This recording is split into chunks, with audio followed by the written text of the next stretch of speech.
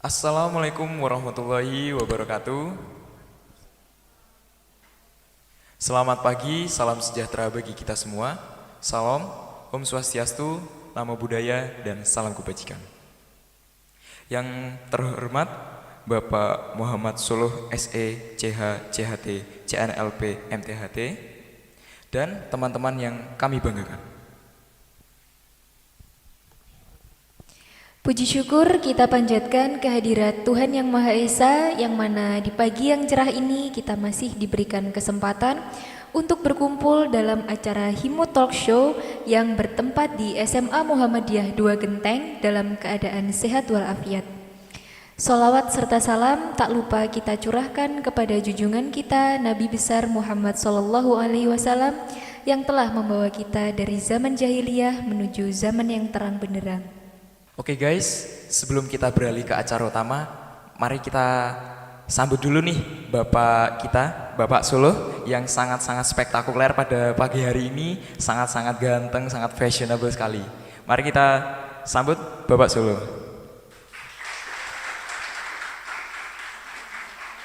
Makasih Mas. Dan alangkah lebih baiknya, mungkin dari Bapak Suluh bisa memperkenalkan diri. Oke, terima kasih. Assalamualaikum warahmatullahi wabarakatuh. Waalaikumsalam. Salam sejahtera buat kita semua, salam kebajikan. Ya. Yang saya mau kenalkan namanya sudah disebut ya, berarti tinggal terusannya ya. Ya. Jadi saya pembicara publik di dunia psikoterapi, ya juga kebetulan pendamping desa. Saya tinggal di depannya Polres Banyuwangi, ya, perumahan Pesat Gatra, dan alhamdulillah oleh Allah Subhanahu wa taala saya diberi putra dan putri sebanyak 6 dari 2 istri. Kok alhamdulillah?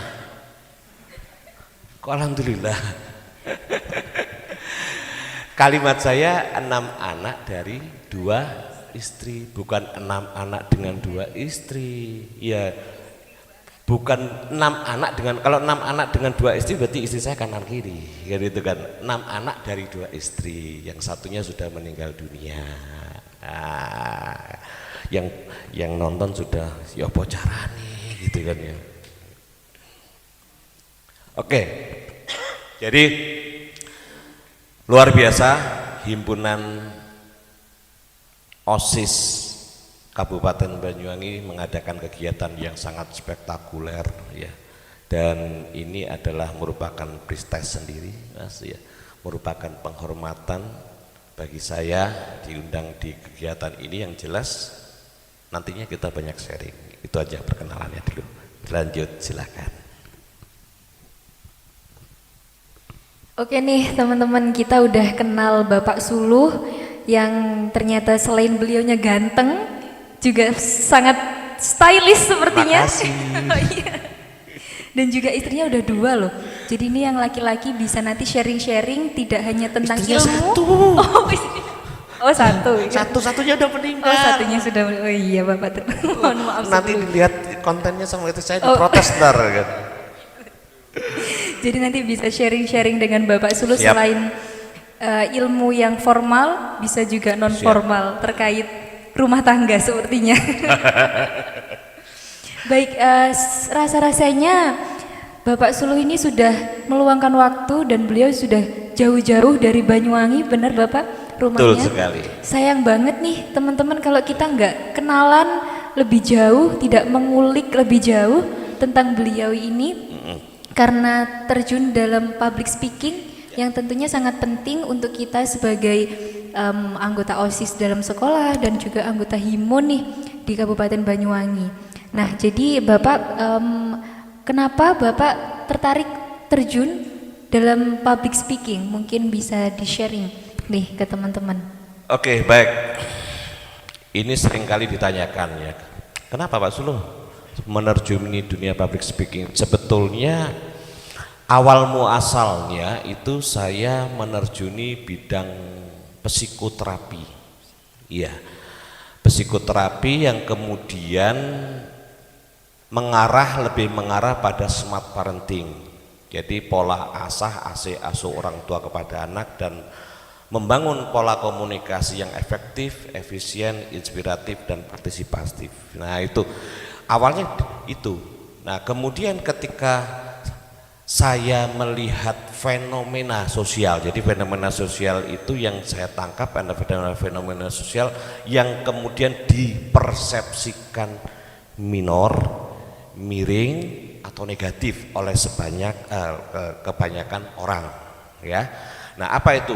Kenakalan remaja, free sex, narkoba, hingga ketika rumah tangga, ya sempatlah ya, kalau data yang sekarang saya nggak tahu, tapi bahwa sekitar 3 tahun ke belakang itu Banyuwangi masih ranking 2 se-Indonesia, tapi jangan tepuk tangan, ranking 2-nya karena tingkat perceraian gitu.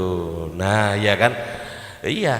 Nah, ini yang pada tahun 2010 sampai dengan 2011 saya tertarik nih. Kenapa? What's wrong? Kata orang Madura. Iya kan? Madura agak geser dikit tapi gitu.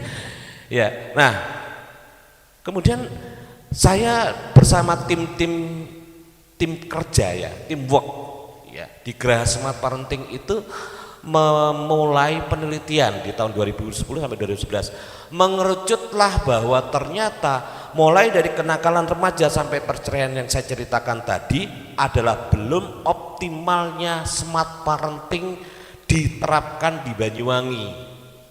Nah, ini seringkali juga saya sampaikan ke institusi-institusi yang di atas berdasarkan kajian dan analisa serta survei yang sudah kami lakukan. Smart parenting yang paling mendasar, yang paling bawah itu adalah ternyata pola komunikasi dari orang tua kepada anak, pola komunikasi dari istri kepada suami, pola komunikasi dari suami kepada istri, pun demikian dari anak kepada orang tua, itu yang belum optimal, yang mengakibatkan banyaknya sekali pertumbuhan mulai dari kenakalan remaja sampai dengan perceraian tadi. Nah, akhirnya ketika saya sudah tahu bahwa ini adalah di komunikasinya, ya, saya menerjunkan diri, terjun bebas, sebebas-bebasnya, sedalam-dalamnya, keliling roadshow mulai tahun 2011 itu ke berbagai kecamatan desa untuk membagikan pola komunikasi yang efektif, motivatif, inspiratif dan partisipatif antar orang tua dan orang tua kepada anak. Banyak kecamatan-kecamatan yang sudah kami sentuh secara free 100% melalui Geraha Smart Parenting dalam rangka apa? Paling tidak keberadaan hidup saya, sisa hidup saya ada peran arti untuk kontribusi ya, di bidang komunikasi ini gitu. Itu latar belakangnya. Jadi sangat dalam banget kalau tanya latar belakangnya kenapa. Awalnya hanya ingin psikoterapi gitu, tapi ternyata luar biasa nih gitu. Ya. Oke, jadi Bapak Suluh ini berarti sangat peduli sekali ya dengan lingkungan masyarakat demikian. di Ya, Banyuwangi ini. cuma orientasinya kapan meninggal dan itu ada jasanya, gitu aja, sudah simpel ya kan ya. Orang usah digawe ruwet kan. Kalau bahasa saya kepada kader-kader saya, hidup ini sudah drama, jangan didramatisir gitu loh kan, sudah. Wong kita ini sudah drama, ya jangan didramatisir gitu Mbak ya. Oke.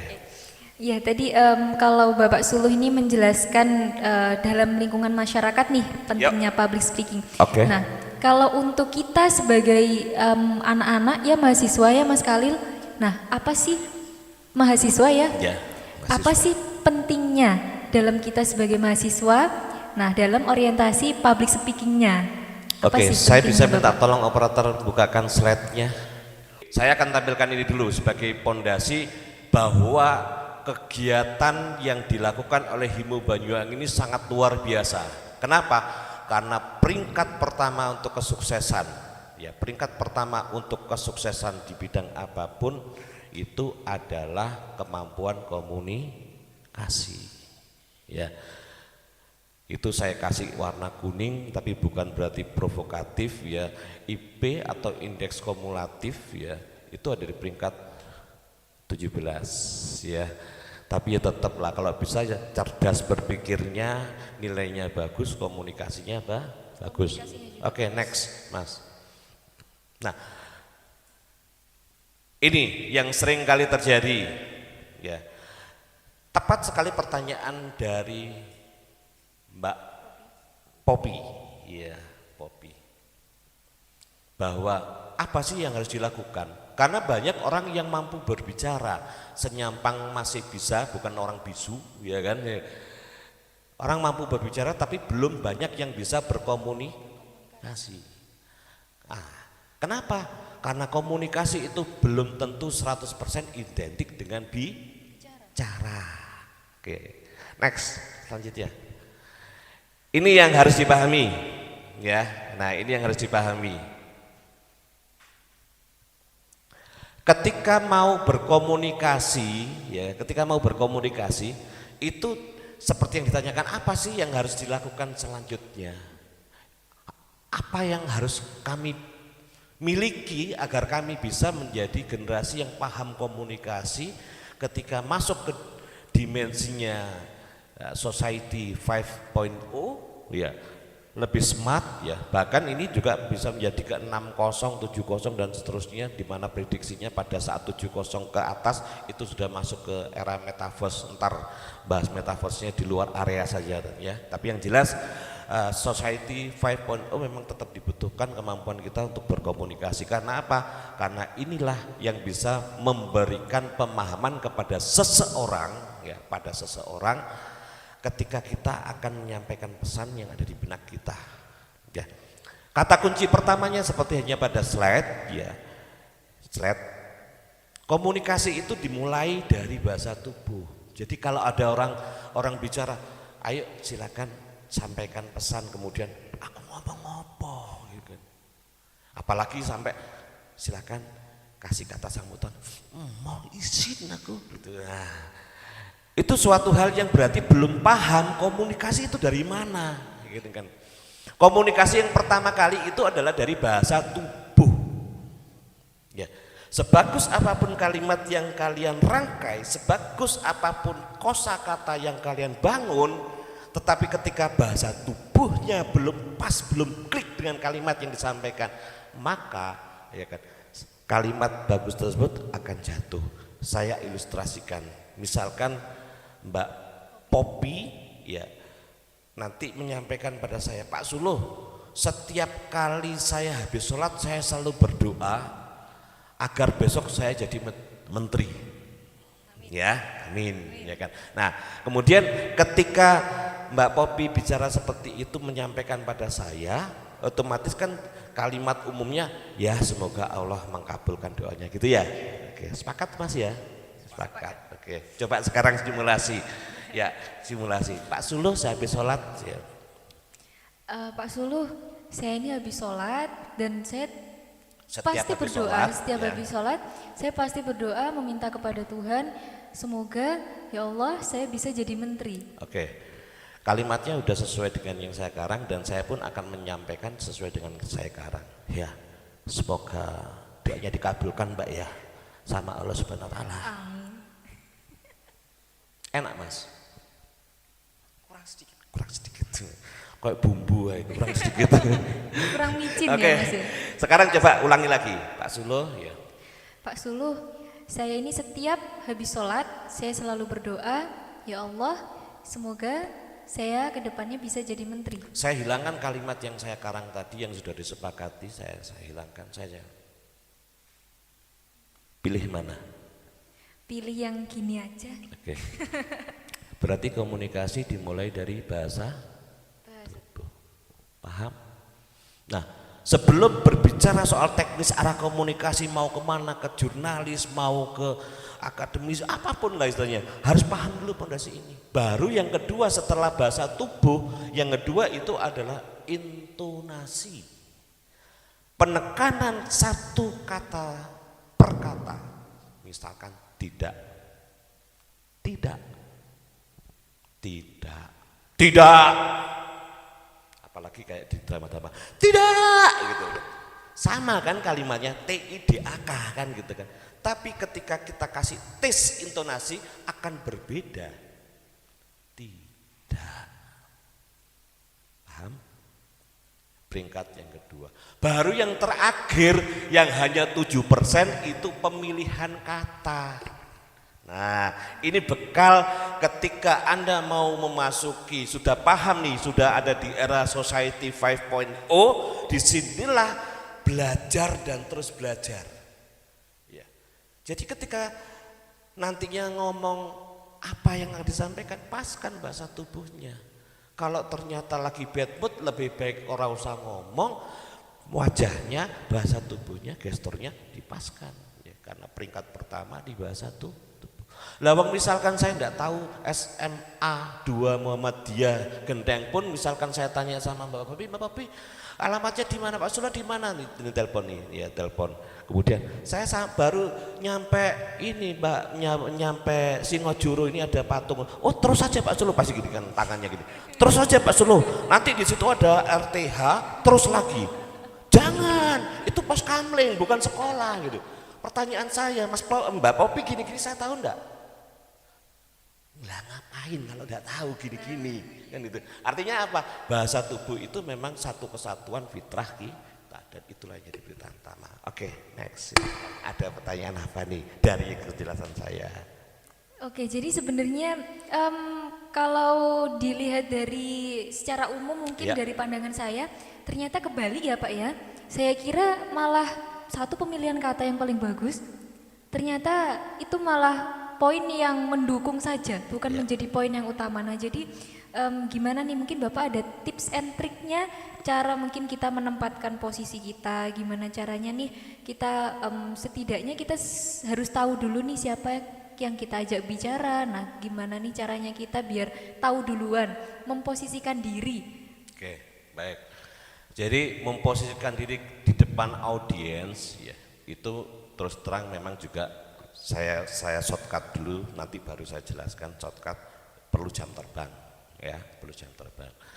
Ketika saya diminta untuk memberikan sebuah materi, pasti saya akan tanya pertama audiensnya siapa, kedua latar belakangnya ya, latar belakangnya apa, ketiga arahnya dari materi itu kemana, keempat durasinya berapa dan sebagainya. Nah dari rambu-rambu itulah saya akan menetapkan bahasa. Artinya kalau saya misalkan ternyata segmentasi atau audiensnya itu ternyata anak-anak SD, saya tidak akan menggunakan bahasa ayo kita bangun korporasi, kemudian waduh ditinggal tidur sama anak-anak SD itu ngomong ngopo Pak Sulu kan gitu. Nah artinya apa? Ketepatan kita berbicara memang sesuai dengan audiens yang ada di depan. Nah kemudian pertanyaan yang menarik nih, bagaimana caranya? Ya, bagaimana caranya? Minimal harus memiliki banyak hal pengetahuan walaupun sedikit temanya. Jadi mau bicara soal kesehatan bisa, mau bicara soal olahraga bisa, mau bicara soal agama bisa, mau bicara walaupun sedikit. Kenapa? Karena dengan sedikit inilah yang akan bisa menjadi pemantik kenyamanan komunikasi dengan audiens yang ada di depannya. Gitu. Kalau pas ada audiens yang anak-anak SMP, SMA, ya saya juga pakai istilah gabut, ya kan gitu kan. Kalau saya bertemu sahabat saya yang senior, saya tidak mungkin gabut bos, waduh paran gabut gitu kan. Nah hal-hal yang demikian ini yang memang harus diperbanyak, pelajari ya, mumpung masih muda. Kalau sempat yang melirik status saya menampilkan ya bannernya ini di status saya, di situ saya mengucapkan terima kasih juga pertama kepada Allah yang jelas, ya kan, Allah Subhanahu Wa Taala, dan yang kedua saya mengucapkan terima kasihnya ya, juga kepada orang tua saya yang pertama masih hidup, yang ibu saya masih hidup, bapak saya sudah almarhum. Nah saya mengucapkan terima kasih karena di masa muda saya diizinkan dolane adoh ngopine akeh, sehingga banyak ketemu banyak orang, banyak masukan, banyak pengetahuan. Ketika bertemu dengan siapapun ada pemahaman. Nah sehingga jawabannya adalah perbanyak pengetahuan dari segmen apapun. Ya, apapun dipelajari, walaupun sedikit. Karena itu bisa jadi pemantik, ya. Itu. Oke. Dari Bapak Solo sendiri, karena mungkin dari saya sendiri juga banyak ilmu yang saya dapatkan dari Himo juga, dari sekolah juga, dari teman-teman juga, dari teman-teman saya di rumah, entah itu di rumah, di sekolah pun saya sudah mendapatkan banyak ilmu. Tapi Pak, yang saya ingin tanyakan, yang benar-benar di hati saya itu agak-agak bergejolak sedikit. Di hati yang paling dalam nih. Paling dalam ini. Bukan lobi-lobi kan? Aduh. Untuk langkah-langkahnya ya Pak. Iya. Untuk langkah-langkah menjadi public speaking atau public speaker yang baik. Menurut Pak Suluh nih, bagaimana caranya jadi public speaking yang baik? Oke. Jadi public speaking yang baik itu adalah kalau yang namanya public speaking berarti ada sebuah event ya, kita clearkan dulu. Public speaking berarti ada sebuah momen, ada sebuah event ya. Berbeda kalau yang namanya sama-sama ngobrol, sama-sama bicara tapi pas lagi nyantai istilahnya sambil ngopi di warung kopi, beda ya. Public speaking pasti ada momen atau ada event. Itu yang pertama kita samakan dulu persepsinya. Nah, ketika ada momen dan ada event berarti dengan pertanyaan bagaimana nih agar menjadi public speaking yang baik. Public speaker berarti orangnya ya. Ya, tapi bukan toa loh ya. Ya, public speaker yang baik, yang jelas seperti yang saya sampaikan tadi. Saya harus bertanya dulu. Misalkan, Pak Sulu tanggal sekian ada agenda enggak ada. Bisa ngisi acara saya enggak? Saya pasti tanya pertama acara apa gitu. Acara apa Bu? Acara parenting ya, acara PKK biasanya gitu. Acara PKK. Temanya apa Bu? Ya. Temanya tentang parenting ya. Kemudian pesertanya berapa Bu kira-kira Bu? 50 ya kan. Kira-kira latar belakang dari 50 orang itu pendidikannya apa Bu? Rata-rata aja ya. Bukan sensus, rata-rata. SMA Pak Sulu, oke SMA. Kemudian latar belakang aktivitas ibu-ibunya pegawai apa rumah tangga Bu, dan seterusnya lah. Nah, dari data-data itulah yang kalau materi baku Mas, ya materi itu baku. Kenapa saya tanyakan demikian? Sesuai dengan istilah public speaking, berarti berbicara kepada umum, betul ya? Berbicara kepada umum. Nah, berbicara kepada umum itu otomatis agar umum tahu dan menangkap pesan ketika saya menyampaikan, betul ya? Betul. Nah, ketika saya berusaha untuk menyampaikan agar bisa dipahami oleh yang namanya audiens, maka saya harus menyamakan ya, istilah kerennya menyamakan frekuensi ya. Tapi bahasa gampangnya menyamakan kebiasaan berbicaranya. Oh, SMA banyak ibu rumah tangganya rata-rata anak 2 ya kan. Kemudian bla bla bla panjang lebar, maka saya menyampaikan. Nah, itu penting Mas. Itu penting. Karena apa? Karena kalau tiba-tiba oke, siap, saya kasih materi ternyata yang datang adalah mereka S2 semua misalkan, ya bahasaku terlalu rendah, akhirnya oleh orang-orang yang pendidikan S2, S3 gitu. Wah, Pak Sulu cuma semini aja kan itu. Nah, itu penting, mapping itu penting ya, itu namanya mapping gitu. Nah, tahapan-tahapan itu di awal sebelum eksekusi gitu.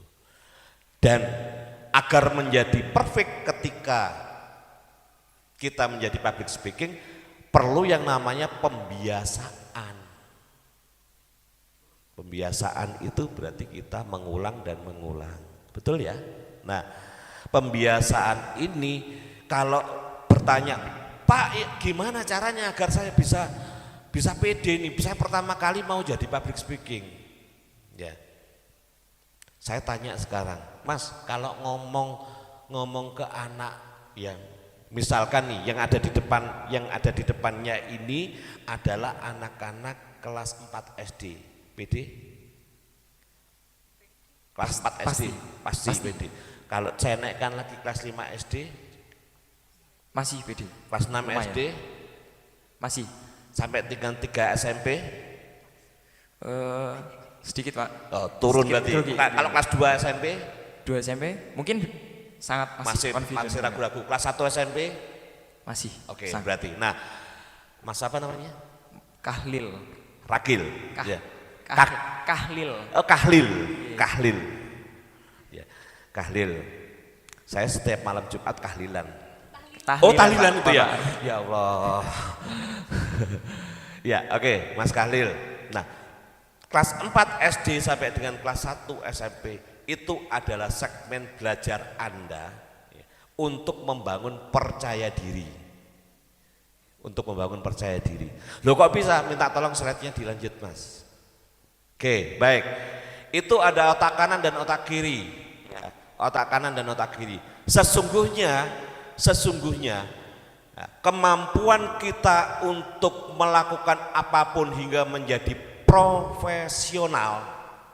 Saya ulangi, sesungguhnya kemampuan kita untuk melakukan apapun sampai menjadi profesional itu adalah karena sudah banyaknya jaring-jaring dari kiri ke kanan dan kanan ke kiri. Dalam bentuk jaring-jaring itu adalah sebuah pengalaman tanpa melihat entah itu yang dimulainya dari anak SD, SMP, SMA. Kenapa?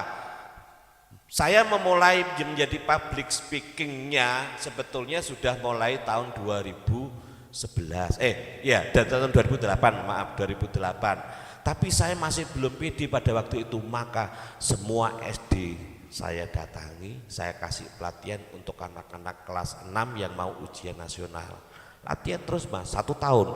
Tahun berikutnya SMP, tahun berikutnya lagi SMA, baru masuk mahasiswa dan umum setelah tahun keempat berani tampil dalam kondisi apapun. Tahun kelima sudah berani tampil dalam kondisi undangan dadakan. Pak Suluh undangan dadakan materinya ini walaupun saya belum memahami pada waktu itu, tapi saya punya tips dan triks bagaimana agar terlihat di depan audiens seolah-olah ya, seolah-olah kan.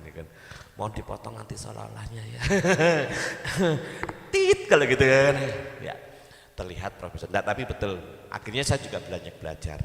Nah, tips dan trik bagaimana nih agar spontan walaupun belum mengetahui materinya dadaan nih ya. Nah, itu bisa ya, tapi nanti menjadi lebih panjang kontennya Anda ini kan gitu kan. Nanti kalau ada sesi monggo lah ya. Gera Smart Parenting senang berbagi ilmu ya, terutama ya hal-hal yang seperti ini ya. Bisa dibaca track recordnya, ketik Gera Smart Parenting atau ketik Muhammad Zulu track record perjalanan aktivitas pada anak-anak muda banyak. Gitu Mas ya. Oke, luar biasa sekali. Sepertinya ini bukan durasinya yang terlalu panjang, tapi apa ada rahasia? Ini jangan ada rahasia di antara kita, Pak Suluh ini. Ada rahasia. Jangan ada rahasia di Oh, antara jangan kita. ada rahasia di antara kita ya. Durasinya agak panjang nggak apa-apa. Nanti katanya berapa ditit gitu. Yo gitu ya, siap. Oke, dari penjelasan Bapak nih, semua itu berarti bermuara kepada kebiasaan kita ya Bapak ya? Iya. Kebiasaan kita. Nah, bagaimana sih langkah awal banget agar kita jadi kebiasaan? Kadang kan kalau kita disuruh nih misal, ayo kamu langsung jadi misal kasih kata sambutan atau apa gitu. Enggak mau. Nah, jadi sebenarnya apa sih, gimana sih langkah awalnya dia supaya nanti itu bisa jadi kebiasaan dan dia bisa berani akhirnya untuk melangkah, oke, aku berani nih kasih kata sambutan ini di depan audien mungkin yang belum tahu atau di audiennya mungkin lebih tua dari kita. Jadi langkah awalnya apa nih Bapak nih? Oke. Membangun kemauan berarti ya. Pertanyaannya adalah membangun kemauan agar menjadi public speaker ya, membangun kemauan. Membangun kemauan itu berarti diawali dengan memiliki keinginan. Ya, sebelum ada kemauan pasti ada keinginan. Nah, keinginan ini akan bisa muncul ketika saya yakin setiap person by person, orang demi orang, satu persatu pasti punya satu figur, pasti punya satu profiling ya, tokoh siapapun idolanya. Nah, idolanya. Dari situ ketika Anda ya sudah benar-benar wah aku kepingin nih iso kayak gini, kepingin. Ya, dari keinginan itu kita switch, kita naikkan menjadi kemauan. Bagaimana kemauan? Kemauan ini akan bisa muncul ketika kita sudah percaya diri. Betul? Betul ya?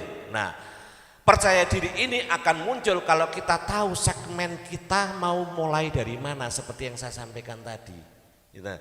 Kalau Mas Halil tadi itu PD-nya dari kelas 4 SD sampai dengan kelas 1 SMP, ya mulai dari situ. Bicara apa Pak? Passion you apa? Profiling kamu apa? Saya punya profiling bicara soal sepak bola, ya sudah.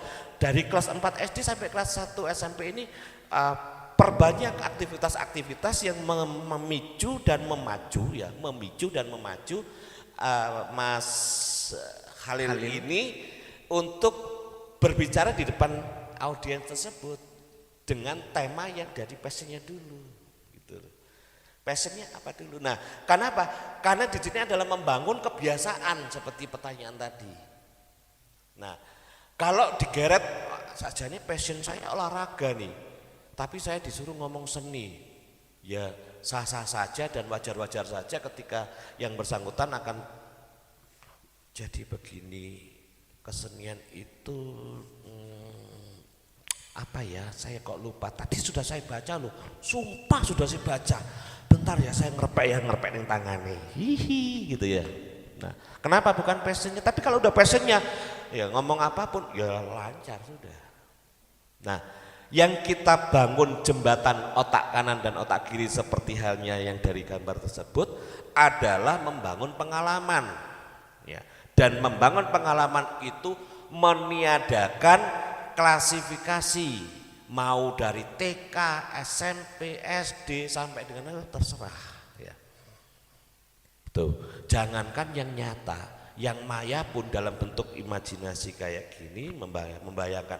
Saya ngomong di depan publik, saya membayangkan ini sudah membuat sebuah pengalaman. Loh kok bisa? Ranah saya, ranah psikologi yang saya kolaborasikan dengan komunikasi.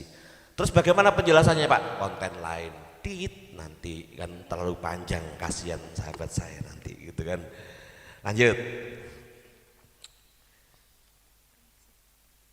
Untuk selanjutnya Pak, Siap. saya ingin menanyakan sedikit lagi, Iya. sedikit saja, tidak banyak-banyak. Iya. Berapa kilo kira-kira? Kira-kira sini Kalipuro. Oh sini. Waduh yo, aku harus jalan teko kono. Kok tahu iki ya. Nah, dari Bapak tadi sendiri, Ya. Pengalaman itu di dunia kerja, apalagi karena kita masih di bangku SMA hitungannya. Gimana ya Pak? Kalau pandangan Bapak terhadap kami yang anak-anak muda ini, kalau orang-orang itu bilang generasi zaman now.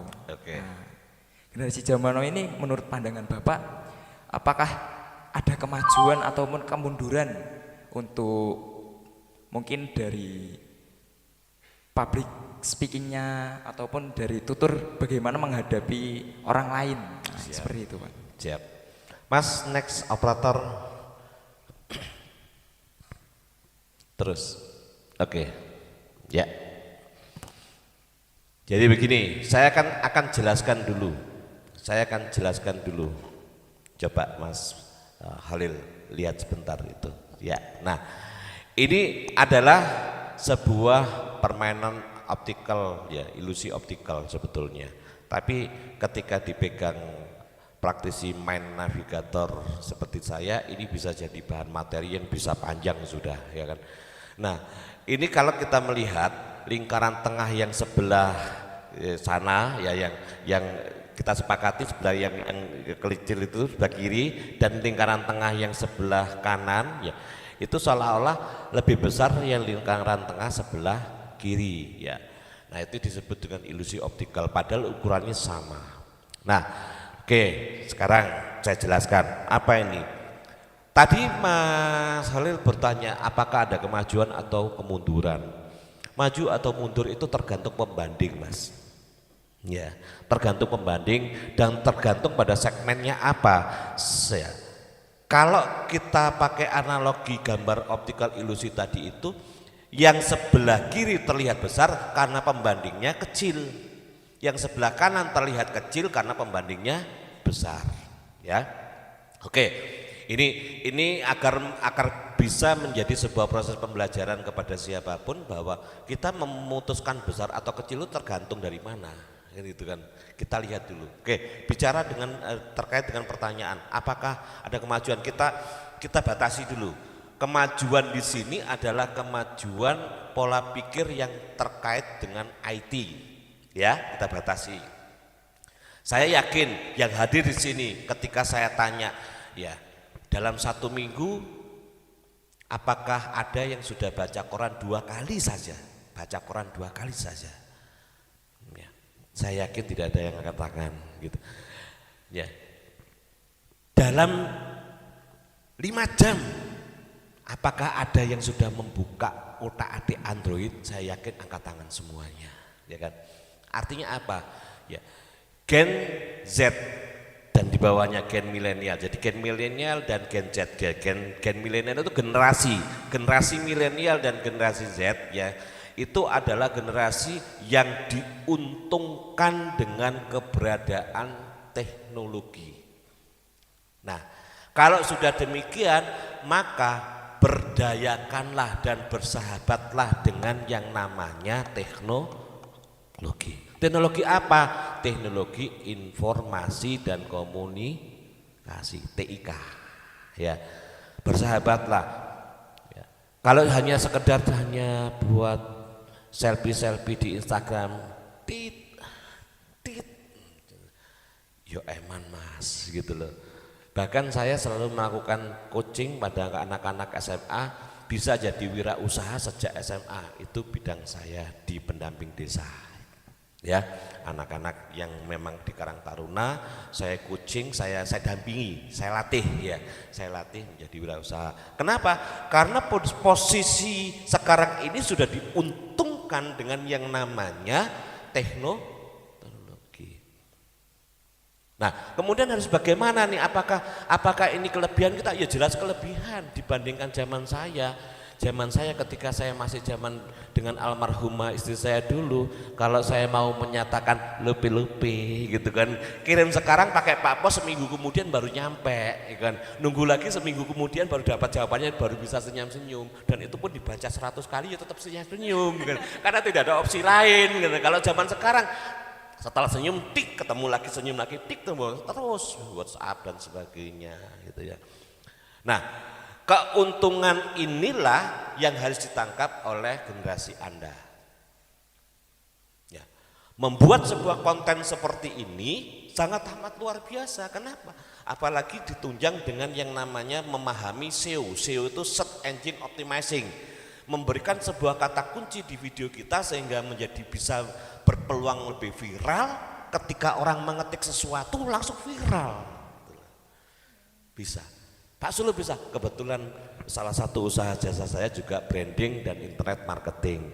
Sekarang Pak, nanti konten berikutnya. Gak ngono gak ngundang maneh, kan ngono pancing terus, ya kan. Gitu. Oke, baik. Jadi begitu Mas. Kekurangannya apa? Kekurangannya zaman sekarang ini harus banyak sekali ditambah dengan untuk meningkatkan kecerdasan emosi. Kecerdasan emosi itu munculnya empati, simpati, soft skill dalam bentuk bagaimana kita menyampaikan sesuatu ya kepada seseorang, orang itu paham ya, tanpa sedikit pun ada ketersinggungan. Nah, itu yang harus ditambahkan karena itu hanya ada secara teori di Android. Teorinya pasti ada di Android, di Mbah Google, Mbah YouTube, ada semuanya gitu kan. Tapi prakteknya itu yang harus ada. Boleh jadi langsung inisiatif dirinya sendiri ya, boleh jadi juga ada pendampingan ya. Nah, ini yang harus dilengkapi. Karena apa? Karena dengan seiring kemajuan teknologi, kecenderungannya adalah kecerdasan intelektual, belum kecerdasan emosional. Ada tapi belum optimal, makanya harus diperbanyak.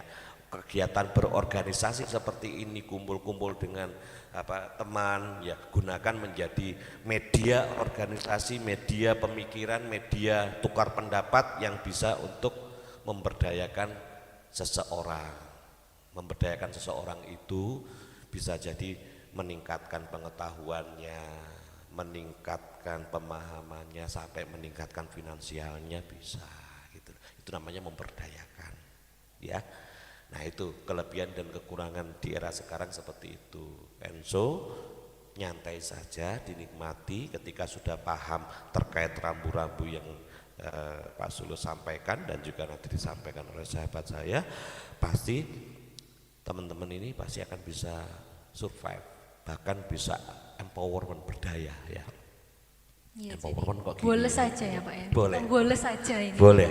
Boleh saja. Jadi saking enaknya kita ngobrol dengan Bapak Suluh ini, sepertinya teman-teman waktu tidak terasa kita sudah mencapai di penghujung acara ya Mas Kahlil. Saking enaknya kita terlarut dalam Ya, Terlalu larut. Ya, ya. Jadi Terlalu- saya terlalu semacam larut. garam gitu ya, yang masuk air jadi larut gitu iya. ya. Nah, jadi mungkin untuk ilmu yang sudah Bapak Suluh berikan sangat bermanfaat sekali untuk kita semua dan tentunya untuk teman-teman semua. Nanti kita bisa sharing-sharing lagi Bapak, semoga Siap. kita bisa bertemu lagi di lain waktu, di lain Siap. acara. Jadi dari kami sekian, saya pamit undur diri karena kalau maju dia yang nggak peka. Gitu kan Bapak, sekarang Siap, quotes-nya siap, kan siap. gitu. Siap. Jadi dari saya dan dari Mas Kahlil, Ya, monggo. monggo kami tutup. Sekian, terima kasih dari kami. Wassalamualaikum warahmatullahi wabarakatuh. Terima Waalaikumsalam kasih banyak Bapak warahmatullahi Suluh. wabarakatuh.